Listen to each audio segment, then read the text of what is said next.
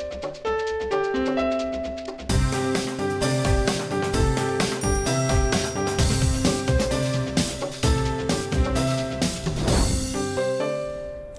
And welcome to ज़रा हट के। मुबशर ज़ैदी और वसअतुल्लाह ख़ान का सलाम कबूल कीजिए। आज ज़रार हमारे साथ नहीं हैं।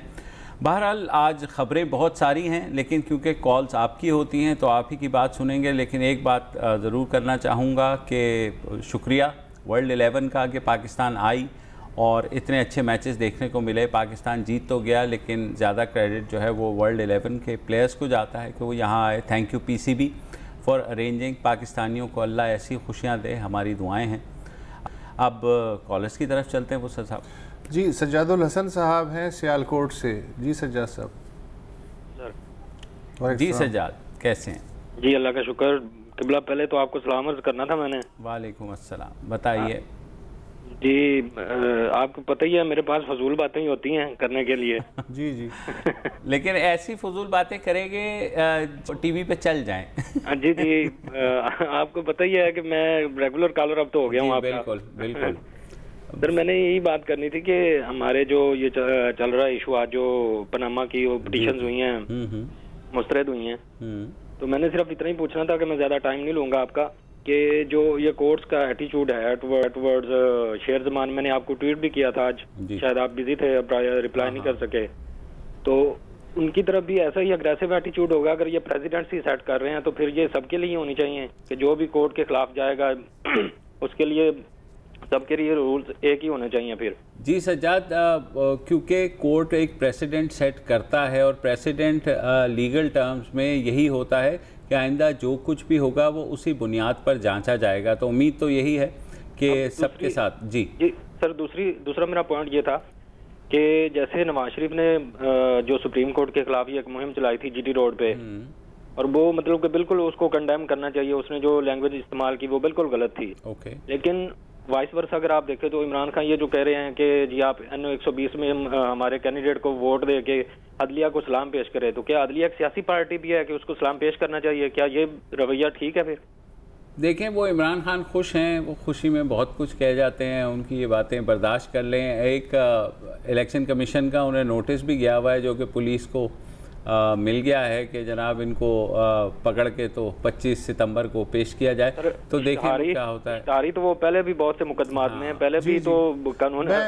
सज्जादुल हसन साहब, आपने जाहिर है अपनी बात कर ली, thank you so much for that. एक चीज़ जो ये एटीट्यूड जो है, थोड़ा सा हमें कौमी एटीट्यूड है, इसको चेंज करने की ज़रूरत है कि जी इसने तो ये किया लेकिन फलाने के साथ भी ये होगा। ये जो कंपैरिजन है इसको अगर हम इस तरह कर लें कि ठीक है जी, नवाज शरीफ के साथ जो कोर्ट ने किया ठीक किया, कोर्ट बेहतर समझती है, अब ये जिम्मेदारी है कि जो बाकी लोग हैं उनका भी कुछ छानबीन करे।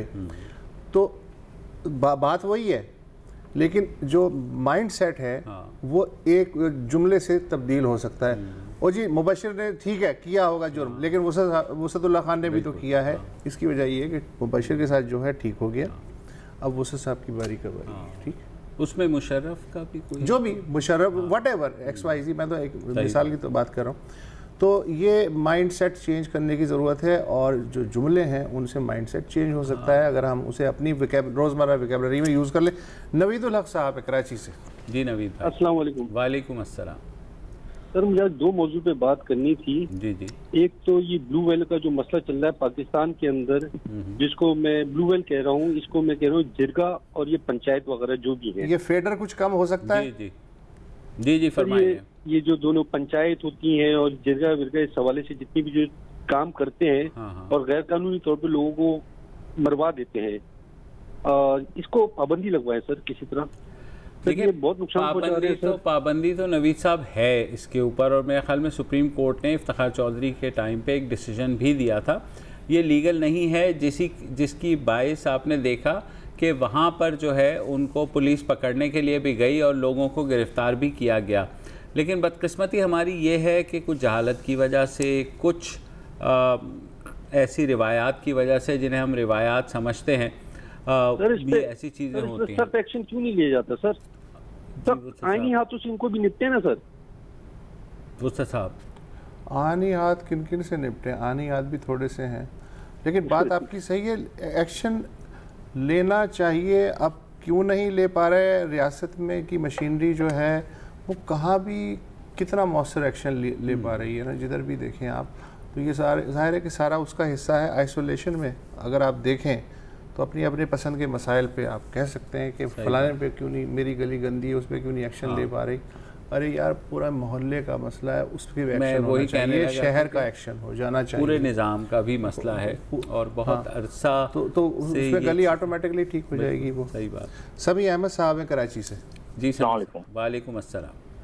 सर मेरे दो छोटे से सवाल है, दो तीन, और मेरे ये सुप्रीम कोर्ट से हैं कि सर जब मुशर्रफ साहब ने ये इफ्तिखार चौधरी साहब को मुअत्तल किया तो जो चीफ जस्टिस साहब थे इफ्तिखार चौधरी साहब, क्योंकि मैं ये बात इसलिए कह रहा हूँ क्योंकि अभी अदलिया ने ये कहा, जो रिव्यू पिटीशन थी नवाज शरीफ की, उन्होंने कहा नवाज शरीफ साहब को हम पर एतबार करना चाहिए और सड़कों पर नहीं आना चाहिए।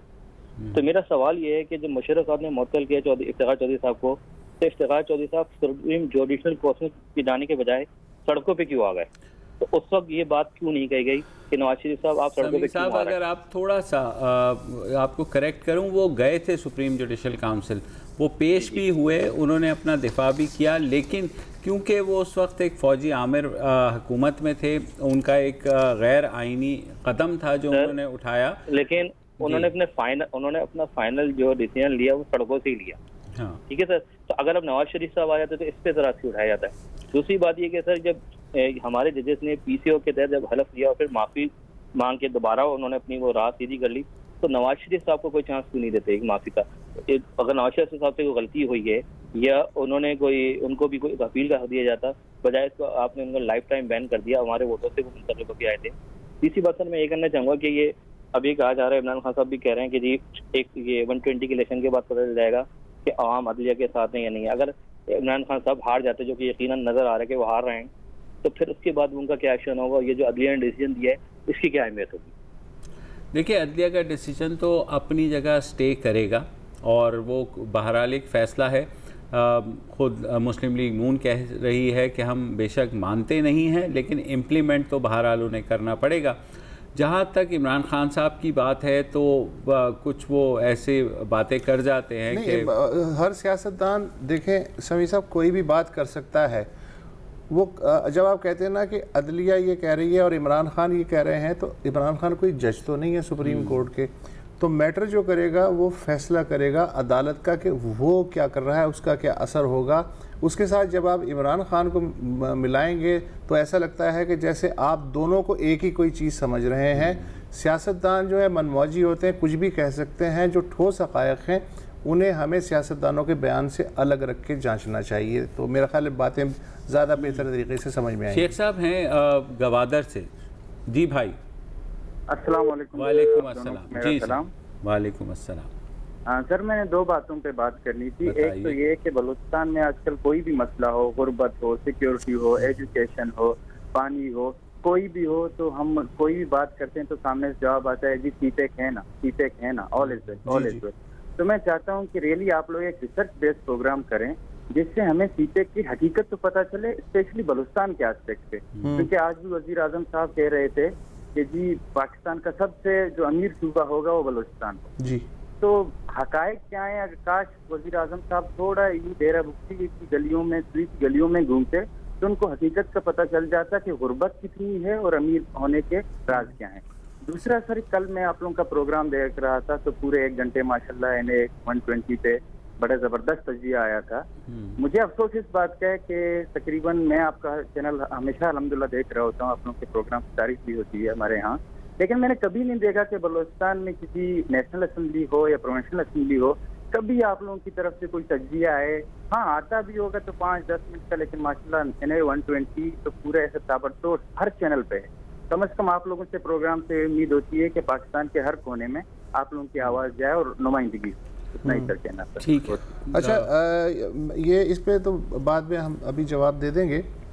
ये बताइए कि ये जो मकरान का साहिल है, जीवनी से लेके और गवादर और उससे पीछे तक, यहाँ पानी की शदीद किल्लत की पिछले हफ्ते तक बहुत सूरत हाल थी। इस वक्त कुछ बेहतर हुई क्या सूरत हाल? सर कोई बेहतर नहीं हुई है। अगर आप संडे का डॉन उठाएं, अकबर नोतिजी साहब डॉन के स्टाफ है, उन्होंने बड़ा डिटेल इस पे अपना फीचर लिखा है कि कोई पानी नहीं, अगर पानी है भी तो बहुत उन्हीं के लिए है जिनके लिए ये गवादर को डेवलप किया जा रहा है। तो आप लोगों का पानी कहाँ से आ रहा है? सर कोई नहीं आता, हमारा पानी टैंकर से आता है, टैंकर सर में 4000 5000 इतने तक ही आता है। अच्छा। और मतलब गरीब की पहुंच में तो टैंकर है ही। अच्छा, जहाँ तक आपने बात की कि जी कवरेज NA-120 की, एक तो भाई साहब आप बर्दाश्त करते हैं 8 दिन 24 घंटे बाकी चैनलों पे NA-120 को रोज़ाना। हमने किस्मत के मारों ने एक दिन ये डिसाइड किया कि यार जैसे बाकी चैनल करते हैं उनकी नक्काली में ये प्रोग्राम कर लें, तो वो आपकी नज़र में आ गया। बहरहाल हमारी किस्मत, जहाँ तक इस बात का सुन लीजिए आप, सुन लीजिए भाई, तवक्को है इसीलिए आपकी शिकायत। बिल्कुल आपकी शिकायत, हाँ लेकिन मुझे जवाब तो देने दीजिए ना आप थोड़ा सा। जहाँ तक बलूचिस्तान के उनका ताल्लुक़ है इंतखाबात का, तो रिसेंटली मेरे इल्म में नहीं है कि कोई ज़िमनी इलेक्शन जो है वो कौमी असम्बली की सतह पे या उस तरह से हुआ। और वैसे भी बलूचिस्तान जो है हमारा एक गरीब भाई है और NA-120 कल्बे लाहौर में है और ज़ाहिर है कि इस्लामाबाद से नज़दीक है और तमाम मीडिया का जो फोकस है वो हम खुद कई बार कह चुके हैं कि मीडिया के हिसाब से पाकिस्तान 4 बड़े शहरों पे मुश्तमिल है और उस लिहाज से अब आप शिकवा कर सकते हैं या नहीं कर सकते, लेकिन हकीकत यही है। बलूचिस्तान में तो ये होता है ना कि 500-500 600 वोट लिए, 750 वोट लिए और एक आदमी MNA या MPA बन गया, तो आप उसका कहाँ तक किस हद तक जो है तज्जिया करेंगे और उसमें क्या क्या डांडे मिलाएंगे। और दूसरी बात ये कि बदकिस्मती है हमारी कि बलूचिस्तान से कुछ अच्छी खबरें नहीं आती। हम बात तो नहीं, अच्छी खबरें होती हैं मुबशिर, लेकिन मसला ये है कि रिपोर्टर कोयटा से बाहर निकल के उन अच्छी खबरों को तलाश करे। अच्छा, ये खुशकिस्मती भी है बलूचिस्तान की और बदकिस्मती भी कि ज़राए आमतौर पर बहुत कठिन है, रगबा बेतहाशा है और फिर लॉ एंड ऑर्डर की जो सिचुएशन है, मगर जो मीडिया है उसका अपना इनिशिएटिव भी नहीं है, उसका अपना भी दिल नहीं है कि वहाँ अच्छी खबर, मतलब जहाँ भी इंसान रहते हैं 100% तो बुरी खबर नहीं हो सकती ना, कोई ना कोई तो अच्छी खबर होगी, लेकिन हमारा अपना भी ज़ाहिर कसूर है। जो रशीद जमाली साहब हैं जद्दा से, जनाब रशीद भाई। अस्सलाम वालेकुम सर। वालेकुम अस्सलाम सर। अर्ज ये है कि 8 दिन पहले PM सिंध के हल्का सेवन शरीफ के अपना जो है जहांगारा शहर में एक लड़की का कत्ल होता है 10वीं जमात की तानिया खान के लिए। बिल्कुल। उसको जनाब कत्ल करते हैं, खान नूहानी नामी एक डाकू उसके घर में घुस के उसको कत्ल करते हैं। वो पता यह भी है कि उन्होंने कोई रिश्ता मांगा था उस लड़की का और की तरफ से इनकार के बाद उसने कत्ल कर दिया, क्योंकि उसको कुछ पुष्पना ही हासिल थी मकामी जो वडेरे थे वहाँ उनकी। तो इस वजह से 2 दिन तक ना तो कोई FIR हुई और ना ही मीडिया में बात गई। जब सोशल मीडिया ने इस मसले को उठाया उसके बाद FIR हुई, कुछ गिरफ्तारियां भी हुई, लेकिन एक रात के बाद जो है ना उन जवाबदारों को खुला करके छोड़ दिया गया।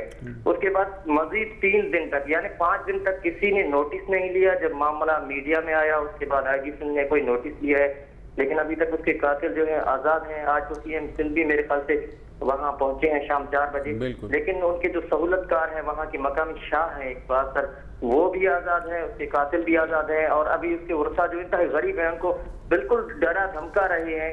लेकिन जी जमाली साहब, ये है कि आपकी खबर जो है वो आपने ज़ाहिर डिटेल जो आपको मालूम है वही हमें भी मालूम है। इसमें ताज़ा तरीन डेवलपमेंट ये है कि IG ने तो मीडिया के कहने पे नोटिस लिया, चले नोटिस मीडिया के कहने पे लिया तो सही ना।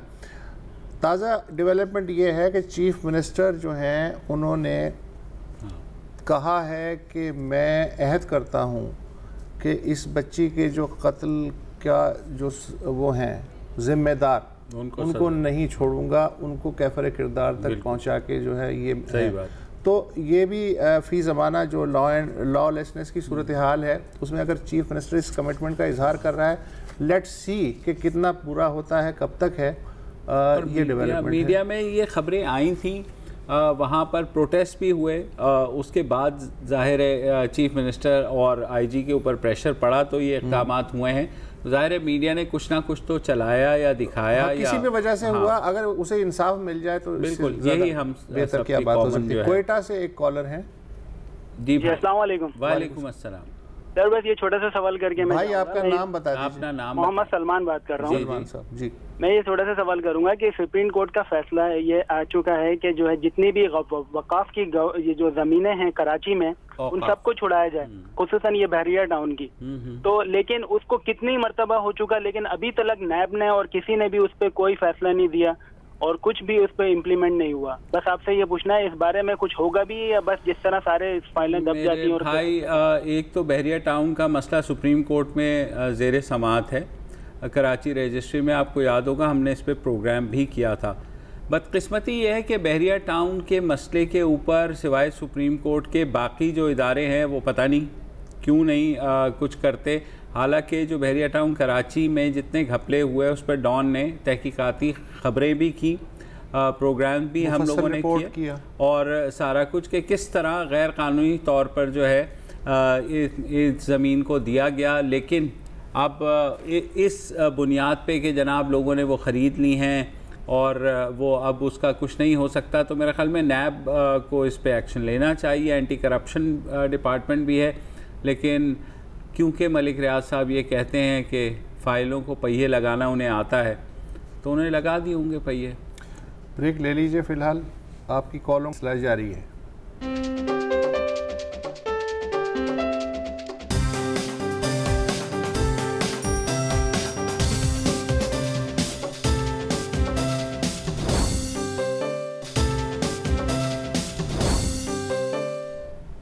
Welcome back. खालिद चौधरी साहब हैं कराची से हमारे साथ। जी खालिद साहब। जी सर, अस्सलाम वालेकुम। वालेकुम अस्सलाम। सर मुझे 1.5 साल से मैं इमरान खान साहब को सुन रहा हूँ पनामा पनामा पनामा। आज उनको जब बुलाया गया या फौरन गिरफ्तारी उनकी होने लगी तो कहते हैं जी मैं पूछना चाहता हूँ इलेक्शन कमीशन वालों से। तो जैसे बाकी इनको ये कहते हैं कि वो कौन होते हैं पूछने वाले नवाज शरीफ साहब, तो ये कौन होते हैं पूछने वाले इलेक्शन कमीशन वालों को? नंबर 1। जी जी। नंबर 2 ये जब 71 में ये खेलते थे क्रिकेट काउंटी में तो इनको कितने पैसे मिलते थे जो इन्होंने फ्लैट भी खरीद दिया, वहाँ फिर पेशेंट भी कम से कम अगर खाते होंगे वो भी फाउल में आते होंगे, और उसके बाद फिर इन्होंने फ्लैट खरीद कर यहाँ बनी गाला में मकान भी बना लिया लाखों करोड़ों का। तो बाकी क्रिकेट जो थे वो जहीर अब्बास, माजिद खान, वो इनके पड़ोसी क्यों नहीं है बनी गाला में? उनके पास पैसा क्यों नहीं है? इनके पास कैसे आ गया पैसा इतना? और वो फीस भी देते होंगे। फिर वो ऑक्सफोर्ड कॉलेज में पढ़ते थे या यूनिवर्सिटी में पढ़ते थे तो उसकी फीस है, फिर पेशेंट चिप्स खाते होंगे, फ्लैट भी खरीद दिया, बदी गाला में यहाँ मकान बना लिया। जी यही खालिद साहब यही तो छानबीन कर रही है सुप्रीम कोर्ट। तो सुप्रीम कोर्ट कर रही है और पूछ रही ना कि पैसा कैसे आया, क्या हुआ, राशिद खान बीच में आ गए। तो मेरा ख्याल है सुप्रीम कोर्ट के फैसले का इंतजार करना चाहिए। इंतजार कर लेते हैं। वो तो सर सही है, लेकिन मैं कह रहा हूँ उनके पड़ोसी में माजिद खान क्यों नहीं है? क्योंकि मेरे भाई ये अगर आप रहे हैं वहाँ पे बनी गाला एक डिफरेंट जगह है, वैसे तो एक इलीगल जगह है CDA के मुताबिक। ये साबिक जो हमारे एटमी साइंसदान हैं अब्दुल कदीर खान साहब, उन्होंने वहाँ पर एक मकान बना लिया था। उसके बाद किसी की हिम्मत नहीं हुई कि उसको छेड़े, फिर सबने कहा देखो उन्होंने बना लिया तो मुझे क्यों रोक रहे हैं? तो इन्होंने वहाँ जाकर के पहाड़ी ले ली। और आपको पता है कि जो इन्होंने कहा है कि वो तो इनकी वाइफ के पैसों से ख़रीदा गया था, उसके बाद वाइफ को इन्होंने वापस कर दिए पैसे। तो अब उसी की छानबीन कर रहा है सुप्रीम कोर्ट। बनी गाला का भी केस चल रहा है, फॉरेन फंडिंग का भी केस चल रहा है। अब माजिद खान साहब मुझे पता है फेट में जहाँ रहते हैं वो भी अच्छे घर में रहते हैं और ज़हीर अब्बास साहब भी अच्छे घर में रहते हैं। तो यही छानबीन हो रही है, तो आगे देखते हैं क्या होता है। ठीक है। शेख अशफाक पुरी साहब हैं डेरा इस्माइल खान से। अस्सलाम वालेकुम सर। वालेकुम अस्सलाम। कैसे हैं आप? मोहतरम, सबसे पहले तो कौम को मुबारक हो पाकिस्तान क्रिकेट मैच किया। बहुत शुक्रिया, खैर मुबारक। और दूसरा ये है कि हमारे जो सियासतदान हैं ये ऐवान में क्यों नहीं जाकर बात करते, ये सड़कों पर अवाम को क्यों रुलाते हैं, एक दूसरे के ऊपर ऐसी तो बेहुदा बातें करते हैं। ऐवान में बैठ कर बातें करें, सड़कों पर क्यों ले आते हैं? हमने इनको इसलिए तो मुंतखब करके नहीं भेजा कि वो सड़कों पर ही फैसले करते रहे। बस आप 2018 के इलेक्शन में इस बात पे इनसे पूरा बदला ले लीजिएगा, कोशिश कीजिएगा। वो इंशाल्लाह हम लेंगे। दूसरी मेरी एक रिक्वेस्ट ये है कि ये जो हमारी मुस्तकिल कौमी मुसीबत पार्टी है, इसका मैंडेट तो लंदन वाला है, तो ये तो अपने वो जो है उसको अपना मैंडेट लेकर आए ना, या अपनी सीटों से इस्तीफा दें और ये पाकिस्तान का वफादार बने। ये तो उस तरह है जैसे हुबे अली और बुग़्ज़ मुआविया वाली बात कर रहे हैं। ये कैसे अपने आप को साबित कर रहे हैं कि हम वही पे पाकिस्तानी हैं? ये तो 22 अगस्त के बाद वही पे पाकिस्तानी डर की वजह से बने हैं, अपना मैंडेट लेकर आए ना। वो इसका भी जवाब वही है कि अगले साल सबको अपना अपना मैंडेट मिल जाएगा। तो अब थोड़ा ही साल से भी कम अरसा रह गया है, तो होपफुली 8 महीने हैं इलेक्शंस में, तो तब देख लेंगे। शाहद सिद्दीकी साहब हैं कराची से। शाहद साहब, वालेकुम अस्सलाम। सर मेरे 2 सवाल हैं जी। कि पहला तो वो एक मरदमशुमारी का झगड़ा उठा था, हमारी आबादी कम हो गई, ज्यादा हो गई, वो किस्सा कहाँ चला गया, कहाँ दब गया, और उसके ऊपर प्रोग्रेस होगी या नहीं होगी, एक तो ये सवाल था। दूसरा वो बर्मा का एक इशू चल रहा था। बर्मा में मैं सन 2012 में चाइना से जब बांग्लादेश गया था, तो वहाँ पाकिस्तान में मैंने पूछा बर्मिस से, क्या तुम लोगों क्यों मुसलमानों को मार धाड़ हो रही है? तो बर्मिस ने एक जुमला बोला था कि साहब आपको एक बात बताऊं, सबसे ज्यादा पेट्रोल बर्मा में पूरी दुनिया में अब निकल रहा है, और ये अमेरिका अभी हम लोगों की हिमायत में यहाँ पर तालिबान और मुजाहिदीन आएंगे 2-4 साल बाद, और उनके पीछे ताक़ुब करता हुआ अमेरिका आएगा और आखिरी में ये तो कॉलोनी बना के, ये सन 2012 की। चलें लेट्स सी, वो तो सर जब आएगा इनका। और जहाँ तक मरदमशुमारी का मामला है, उसमें अभी कल ही MQM के डॉक्टर फारूक खान ने वो जो एक कॉन्फ्रेंस थी, बड़ा धड़म धकेल किस्म का बयान दिया है कि जी वो दीवार में चुनवा दिएगा 1.5 करोड़ लोग। और ये कि वफाकी इदारा शुमारियात जो है वो अपनी जगह अड़ा हुआ है कि जनाब जो रिज़ल्ट्स हैं वो सही हैं, और क्योंकि प्रोविजनल रिज़ल्ट्स हैं, अभी फाइनल रिज़ल्ट्स जो हैं वो अप्रैल तक मुरतब होंगे, तो देखते हैं। तो अब आप कह सकते हैं जिंदा है, मरदमशुमारी जिंदा है। एक ब्रेक ले लीजिए।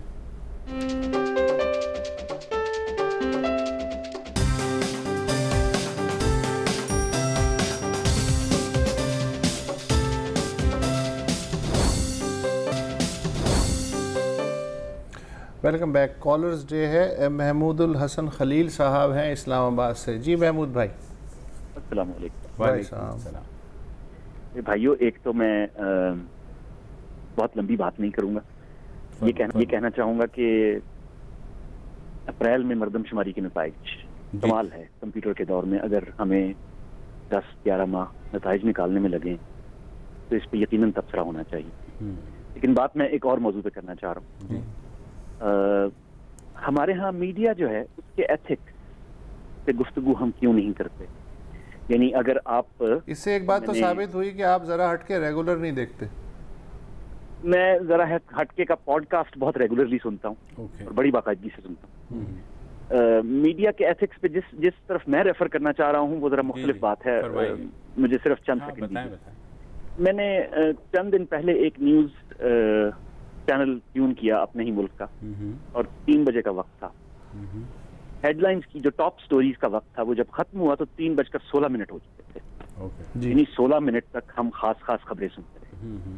अगर आप बैनुल अक़वामी नशरियाती इदारों का एक जायजा लें और तकाबली जायजा करें तो मेरा ख्याल है 60 से 80 सेकंड ज्यादा से ज्यादा दौरानिया होता है टॉप स्टोरीज का। सही बात। और इसके अलावा मुझे इस पे खुद तबसरा ये करना है कि कुछ चीजें ऑटो करेक्ट होती हैं, वक्त उन्हें दुरुस्त करता है।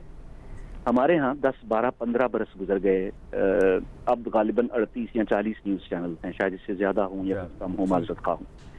हम ऑटो करेक्शन की तरफ क्यों नहीं गए? क्या वजह हुई?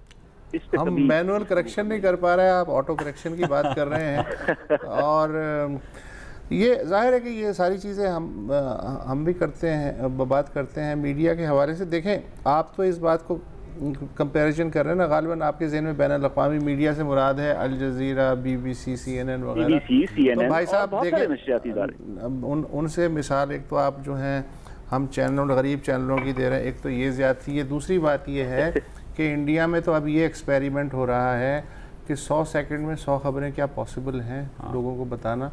तो इस तरह के जब तजर्बात होंगे तो उस लिहाज से तो अच्छा वसतुल्लाह भाई, अगर इसके साथ साथ मेरा ख्याल है एक और चीज़ है बातें बहुत सारी की जा सकती हैं इस पर, और फिर मैं तो खुद भी कहता हूँ कि बोलता हूँ तो बहुत बोलता हूँ। अल्फाज का इंतखाब भी जो है वो भी मेरा ख्याल बड़ा, मैं जिस खान को जानता हूँ, हजार चीजें हैं जिन पे हम बात कर सकते हैं। ये सारी चीजें जो भी आप बताएंगे और आइंदा बताने वाले हैं वो सब हम आपसे इत्तेफाक कर रहे हैं। एक बात मैं कहना चाहूँगा कि अगर जो एथिक्स मीडिया में ढूंढते हैं वो आपको नहीं मिलेंगे, मैं अभी से आपको ये बता रहा हूँ, क्योंकि जो एथिक्स हम माशरे में देखते हैं वो हमें माशरे में भी नहीं मिलते। तो ये मसला सिर्फ मीडिया का नहीं है, मीडिया भी रिफ्लेक्शन है, अक्स है उसी माशरे का, जिस माशरे के अंदर झूठ है, जिस माशरे के अंदर रियाकारी है, ज़ख़ीरा अंदोज़ी है, बाकी सारी बुराइयां भी हैं। हाँ नहीं, लेकिन तो उसके बावजूद मीडिया को रियाकारी, ज़ख़ीरा अंदोज़ी नहीं करनी चाहिए। हाँ, वो तो माशरे का अक्स है। तो मीडिया जो जब लेकिन हेजान अंगेजी होती है ना, फिर आर्टिफिशियल आप एक बबल क्रिएट करते हैं ना। हाँ। आप एक हेजान बर्पा करते हैं ऑन इश्यूज़ के जो लोगों से रिलेट नहीं। अब मीडिया पे सबसे ज़्यादा क्रिटिसिज्म यही आता है ना कि हमारी बात क्यों नहीं करते आप, दो चार जो है वो चस्के वाले पॉलिटिशियंस को बुला करके उन्हें लड़वा करके आप क्या अचीव करना चाहते हैं। और ये सवाल शायद कॉलेज के अलावा यूनिवर्सिटीज़ में अब जो है बच्चे बच्चियां भी पूछते हैं कि क्या मीडिया कोई कंस्ट्रक्टिव नैरेटिव देता है। बहुत कम, इसका यही जवाब है। शाहिद सिद्दीकी साहब हैं कराची से। जी शाहिद साहब, हेलो। हेलो जी, अस्सलाम वालेकुम। आवाज़ आ रही है आपको? बिल्कुल आ रही है शाहिद साहब। सर मेरी 2-3 चीज़ें हैं छोटी छोटी सी। सबसे पहले तो आप लोगों की तारीफ, इतनी माशाल्लाह सलीस उर्दू में बात करते हैं कि मज़ा आ जाता है एक उर्दू दान को। नंबर 2, हमारे यहाँ जो दहशत गर्दी का और टेररिज्म की बात होती रहती है, मैं आपको एक छोटी सी मिसाल देता हूँ। LTTE थी श्रीलंका में, सबको मालूम था कि LTTE दहशत गर्दी करती है। एक सेट टारगेट था, प्रभाकरन जो था, उनको मालूम था कि इसको हम कैप्चर कर लेंगे, मार देंगे, टेररिज्म खत्म हो जाएगा हमारे यहाँ से। वो उन्होंने किया, उसको एलिमिनेट किया, पाकिस्तान आर्मी ने भी सपोर्ट किया, खत्म हो गया। श्रीलंका से कम्प्लीटली वाइप्ड आउट हो गया टेररिज्म। हमारे यहाँ हमें मालूम है, सबको मालूम है, ये एक नोन फैक्ट है कि हमारे यहाँ जो मजहबी इंतहा पसंद जमातें हैं, और मैं नाम लेके कहता हूँ आपसे, जमात इस्लामी, JUIF, आप रूट्स देखें। अभी जैसे ये अंसारुल शरिया हुआ है, वाला केस हुआ है, आप डीप डाउन जाके देखें उन बच्चों को, जिन प्रोफेसर्स ने उनका जो ब्रेन वॉशिंग की है, वो जाके वहीं मिलते हैं। मैं कराची यूनिवर्सिटी से पढ़ा हूँ, मुझे मालूम है कि इस्लामी जमीयत तलबा किस तरह टेररिज्म करती है। उन्होंने इन्वेंट किया है टेररिज्म को पाकिस्तान में। कोई कर सकता है हमारे यहाँ, उनको कुछ बोल सकता है? इवन मीडिया पे कोई नाम नहीं ले सकता उनका। आपने दो एक्सट्रीम, शाहिद सिद्दीकी साहब, आपने जो मिसालें दी है ना, LTT पॉलिटिकल धारे से बाहर की तंजीम थी, एक मिसाल तो आपने ये दी। जमात इस्लामी के बारे में आपके जो भी ख्यालात हों, लेकिन वो पॉलिटिकल धारे में शामिल है। अभी भी कर रहे हैं। नहीं, अब आप सुन लेना मेरी बात भी। जमात इस्लामी के बारे में आपकी कोई भी राय हो, लेकिन वो एक पॉलिटिकल धारे में शामिल है, जबकि जो प्रभाकरन की LTTE थी वो जो श्रीलंका का पॉलिटिकल धारा था उससे बाहर निकल गई थी। तो एक तो आप अपने कंपैरिजन दुरुस्त कर लें। हाँ, अगर आप जमात इस्लामी की मिसाल देना चाहें तो उसके लिए है तामिल यूनाइटेड लिबरेशन फ्रंट, TULF, जो कि श्रीलंका के पॉलिटिकल धारे में शामिल थी और वो चाहती थी कि सियासत के ज़रिए तामिलों के लिए अलहदा हासिल करे।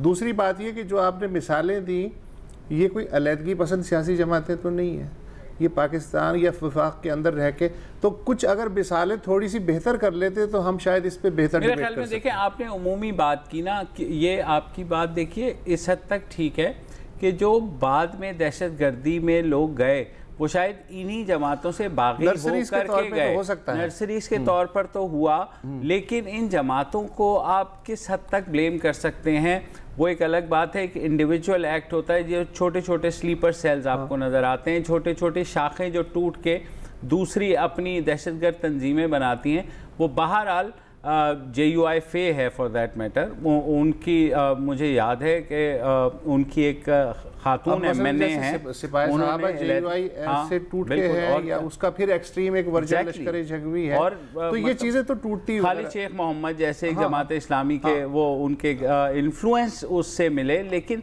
ये कि वो जमातें अच्छा, और चूंकि वो इसलिए बनते हैं ना, मसलन जैसे ये कि सिपाही साहब जब के लोग जब टूटे तो इसका मतलब ये हुआ कि उन्हें JUI की जो पॉलिटिकल लीडरशिप थी मरकजी वो मुतमईन नहीं कर रही थी, बिल्कुल, वो उससे एक्सट्रीम स्टेप चाहते थे। तो उस क़यादत ने जब उनकी बात नहीं मानी तो उन्होंने कहा जी हम अपनी दुकान बना लेते हैं। तो इसको मेरा ख्याल है दुरुस्त तनाजुर पे चीज़ों को देखने की ज़रूरत है। अली काजी साहब हैं शहदादपुर से। जी अली भाई। अस्सलाम वालेकुम। वालेकुम अस्सलाम। साईं अली काजी बात कर रहा हूँ साईं शहदादपुर। हाँ जी। साईं प्रॉब्लम ये है कि मैं हो गया था डिसेबल तकरीबन 1.5 साल पहले। ओके। तो उसके बाद मेरा है जनरल स्टोर शहदादपुर में, काजी जनरल स्टोर। अच्छा। मेरी जो जाल है मतलब उर्दू में वो क्या बीवी जी, तो वो जगह है वो है LEW lady health worker. Okay. तो सही हमें 3 महीने से परेशानी ये हो रही है कि हमारे को बीबी साहिबा ने प्रोग्राम शुरू किया था 94 में। जी जी। तो हमारे को नौकरी मिल गई थी LEW की हमारी जाल को। फिर ये हुआ कि हमारे साथ के उन्होंने जो है हमें रेगुलर कर दिया सुप्रीम कोर्ट पाकिस्तान। जी बिल्कुल। हमारे फिर एरियर बने थे 30 महीने के, वो तकरीबन बनते हैं सही 2.25 लाख 2.25 लाख। अच्छा। अब 2.25 लाख लेने के लिए हमें पिछले 3 महीने से ये कहा जा रहा है, हमारे ऊपर एक सुपरवाइजर है और एक अकाउंट्स वाले, वो कह रहे हैं कि आप ₹1,00,000 दो और 2.25 लाख रुपए ले। ठीक। हमारे लिए रकम बहुत बड़ी है, हमारा तो जनरल स्टोर का सामान भर जाएगा। हमने शिकायत की फिर उनको एंटी करप्शन में और नैब में। जी जी। मैं लिखा पड़ा था, मैंने पहले यूनिवर्सिटी से किया BA। जी जी। तो फिर उन्होंने हमारे को उधर से हमारे मेरा फोन नंबर लिखा था, वो मुझे फोन करके धमकियां देने लगे कि तुमने एप्लीकेशन कैसे की, हम तुम्हारी टांगे तोड़ देंगे। मैंने कहा भाई तोड़ दो, पहले ही टूटी पड़ी है। तो अच्छा, इस वक्त क्या सूरत हाल है? इस वक्त सूरत हाल ये कि सही हम सरकारी ऑफिस है इनका कराची सेक्रेटरीट में, वहाँ पर गया हूँ मैं व्हील चेयर पे बैठ के। हैदराबाद में इनका डिस्ट्रिक्ट प्रोविंस का ऑफिस है सूबे का। तो क्या जवाब मिला? तो उन्होंने जवाब ये दिया है कि साईं ये तो आपको करना पड़ेगा। अब उन्होंने नया खेल सही शुरू किया 15 दिन से। वो कह रहे हैं आप लिख कर दो कि जो आप पैसे दे रहे हो हंसी खुशी दे रहे हो, राजी खुशी। अब भला मैं रिश्वत को भी लिख कर दूं कि मैं राजी खुशी दे रहा हूँ? नहीं, लिख के आप दे दें, आपके पास सबूत रहेगा, आप कोर्ट में जा सकते हैं कि साहब ये देखेंगे इन्होंने। हाँ, और उनसे मिलकर मोहर भी लगवा लें। सोचा मैं कोर्ट में दूं, गरीब आदमी, मेरे को कोर्ट ने बुलाया, 100 मोटो भी ले लिया, तो मेरे पास इस्लामाबाद जाने के पैसे नहीं है। क्या मैं किधर जाना? हमने एंटी करप्शन को एप्लीकेशन दे दिया, हमने नैब को, अभी हमने टोटल लगाया, आप हैरान हो जाएंगे सुन के सही, 2.5 अरब रुपए जमा हो रहे इस तरह। 2.5 अरब रुपए कम बता रहे हैं आप। 25,000 लेडी वर्कर है सही, ₹1,00,000 लगा लो आप। ये है, इस तरह के स्कैंडल्स जो हैं वो पिछले 8-10 साल में तवातुर के साथ आते रहते हैं, और बदकिस्मती ये है कि इस तवातुर की वजह से हमें ऐसा लगता है कि अब ये सिंध की जो गवर्नेंस है उसका रोज़मर्रा का हिस्सा है। हालांकि चीफ मिनिस्टर ने कहा था कि मैं गवर्नेंस ठीक करूंगा। हाँ, लेकिन हर शोबे पे तो वो हाथ नहीं डाल रहे, कुछ शोबों पे हाथ डाला है, मगर उसमें भी फ़र्क जो है वो आटे में नमक के बराबर है। इतनी गहरी जड़ें हैं। हाँ, वो कि अकेला चीफ मिनिस्टर भी क्या उसमें 10-15 साल तो इसलिए कि चीफ मिनिस्टर के आगे पीछे दाएं बाएं ऊपर नीचे समझ तो आप गए होंगे। सही, ठीक है ना? शहनाज लगारी साहिबा हैं मीरपुर खास से। जी बीबी। अस्सलाम वालेकुम। वालेकुम अस्सलाम। शुक्रिया, आपका प्रोग्राम मुझे आज बहुत पसंद है क्योंकि बिल्कुल मुख्तलिफ और डिफरेंट है ना, न्यूट्रल प्रोग्राम है आपका। शुक्रिया। और मैं आपके हर लफ्ज को अरे ओहो चलें, इनका नंबर कट गया, सॉरी अबाउट दैट। लेकिन ये कि इस वक्त एक ब्रेक ले लेते हैं और फिर वापस आते हैं तो आपकी कॉल्स का सिलसिला जारी रहेगा।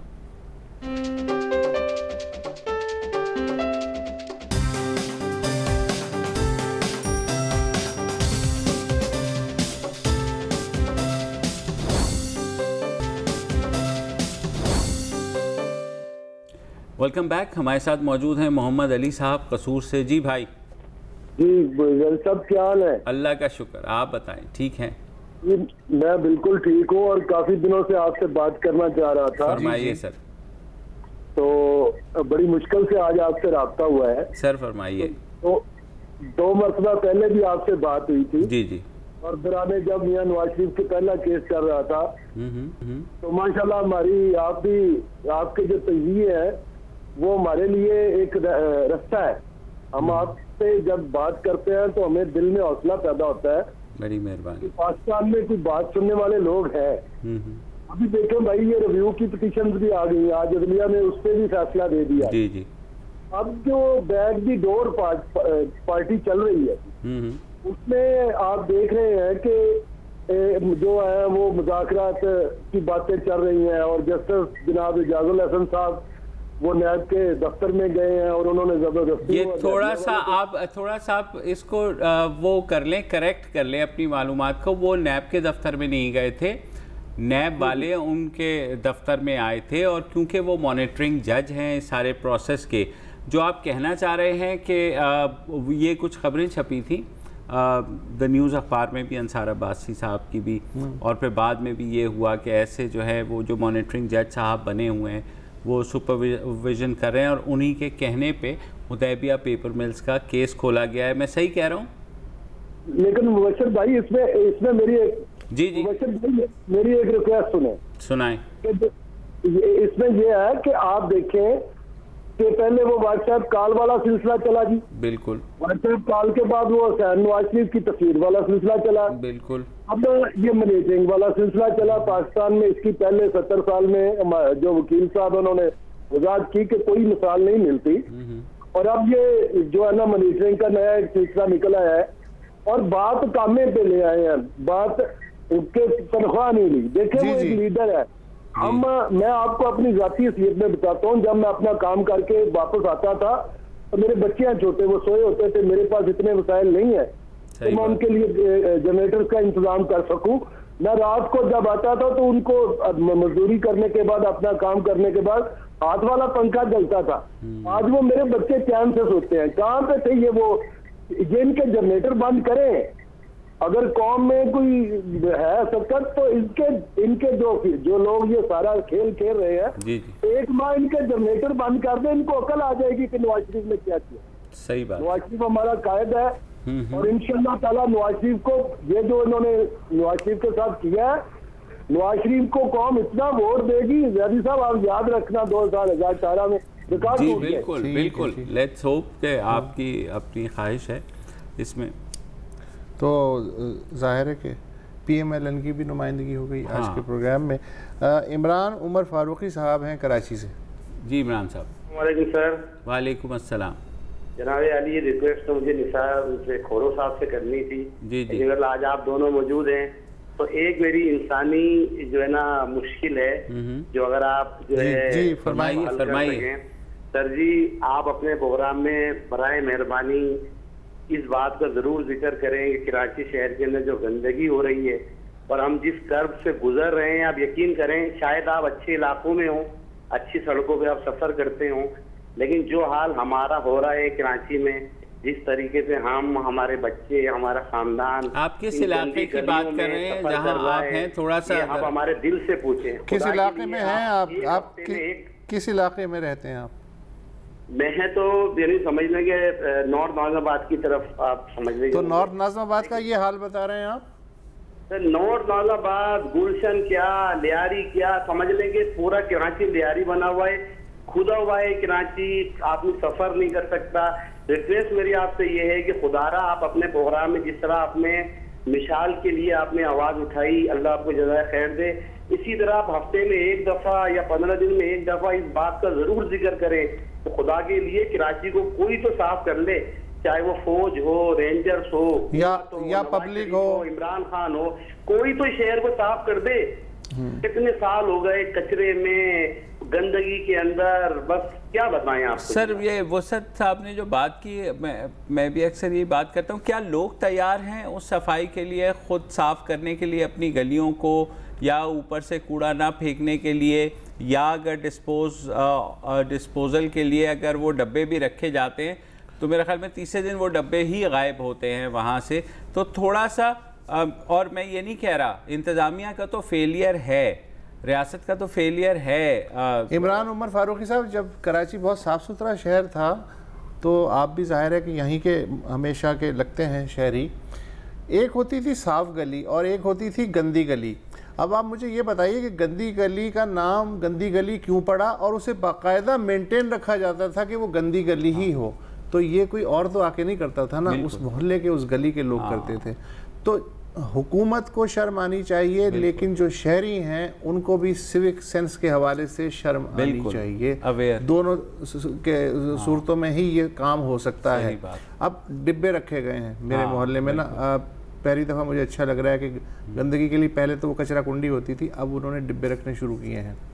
वो जो डिब्बे रखे होते हैं भाई उसके अंदर ही डाल दो अपना थैला, नहीं उसके बराबर रख के जाएंगे। वो डब्बा अब इसका क्या करें, आस-पास जो है ना, इसका क्या करेंगे? बिल्कुल सही कह रहे हैं। तो बहरहाल अवेयरनेस की जरूरत तो सब हर तरफ है। शहबाज शाह साहब हैं कनाडा से, उनकी बात सुनते हैं। जी शहबाज साहब। हेलो। वालेकुम अस्सलाम। दोनों को अस्सलाम वालेकुम। जी बिल्कुल फरमाएं। अच्छा, मैं थोड़ा सा टॉपिक से हट के बात कर रहा था फीडबैक के हवाले से।